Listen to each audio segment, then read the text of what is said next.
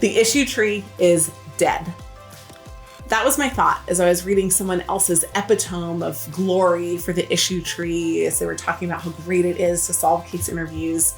And I had this immediate reaction. The reaction came from the fact that right now, the most common question I'm getting in every single one of our seminars, every single one of the coaching sessions, the live Zoom calls that we're holding, the question that I'm getting is, how do I modify what I need to do inside the case interview for a virtual environment? The issue tree is not the way to go, and I will explain why. I'm going to do so in 4 different sections. First of all, I'm going to talk about what the heck is an issue tree in general. Second, I'm going to talk about why issue trees are amazing, usually, to solve case interviews. Third, I'm going to talk about how issue trees parallel over to real life and why they're great tools. And fourth, I'm going to talk about why it's a terrible time to use issue trees for virtual case interviews. First of all, what is an issue tree in general? An issue tree is where you start with a singular concept, usually one common theme or takeaway, a mission, if you will, and you break it up into smaller pieces. And each of those smaller pieces, you break up into smaller pieces. And each of those smaller pieces, you break up into smaller pieces. Most issue trees that you see will have around 4 levels. The core mission, 2 or 3 categories coming off of the core mission, 1 to 2 subcategories off of each one of those, and then up to 3 or even 4 subcategories off of all of those. Once it's done, it really looks like an evergreen tree, Christmas tree, that spreads out over your paper. An issue tree is there to break up a very large concept into its much smaller pieces, but to retain the sense of the relationship between them. So, why are case interviews usually well served by starting with issue trees? Well, issue trees are very effective tools to solve problems because they take big problems that are seemingly unsolvable, and they break them up into small enough pieces to do one of 2 things. Either cross them out because they are not relevant to the situation at hand, or dive deep into them by discovering data and information, and then using that data or information to clarify a response.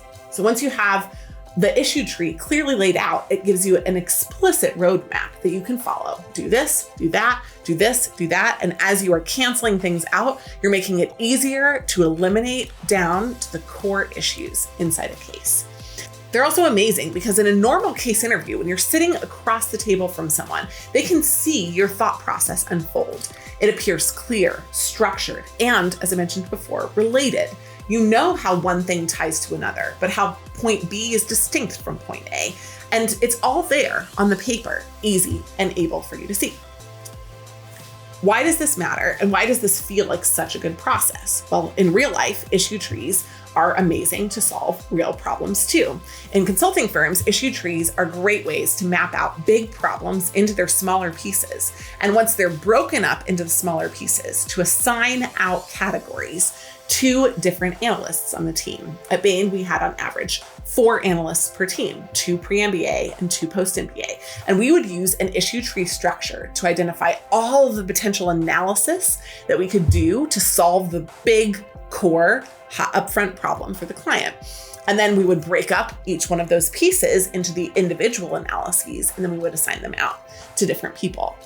It's an amazing tool, and you can really visually see if you've comprehensively missed something, where there are gaps, where there might be overlaps inside the case.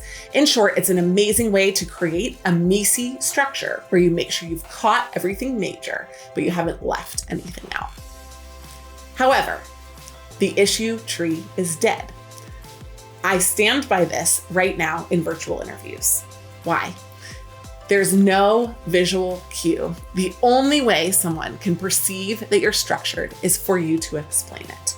And in an issue tree, let me give you an example of how it would sound without seeing something. First, we're going to start with profit changes. We're going to look for that into revenue and cost. For revenue, we're going to look at prices and volumes. And for costs, we're going to look at fixed costs and variable costs.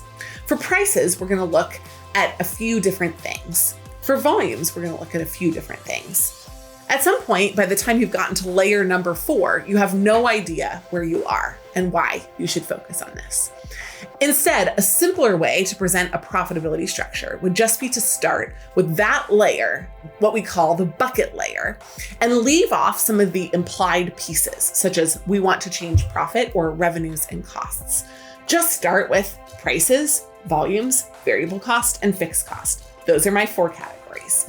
Now, in the price changes, there are 3 things that I want to explain. It retains the exact same clarity of structure, but it removes complexity that does not aid the value of solving the case.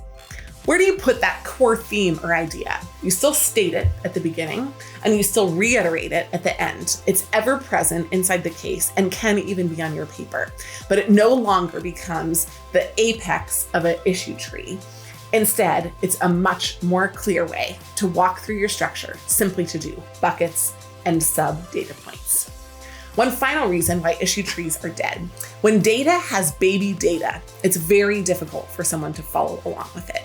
Already inside a structure, when you're in the case interview, you have to be incredibly clear about what you're doing and when you move on from point 1 to point 2. In fact, we recommend an almost over numbering as you're explaining your thought process. The first thing that I want to look at is prices. Inside the price category, there are 3 things that I want to look at. The first thing is, the second thing is. That concludes the price category. Now we want to move on to category number 2, which is volumes. Using that kind of over numbering, explicit numbering helps someone follow along with you, perceive that you're clear, perceive that you're structured, and helps you really quickly be able to walk through your entire structure of the case. Ultimately, it's possible that issue trees in the future will make a resurgence. But right now, when communication is incredibly important and you're limited in the ways that you can do it, we recommend not using the issue tree for case interviews. If you have questions about how to adapt your interview process to a virtual environment, we would love to help. You can reach out to us at team@Management Consulted, subscribe to our YouTube channel, join us at our podcast, Strategy Simplified, or most importantly, come visit us on the web in our home at managementconsulted.com.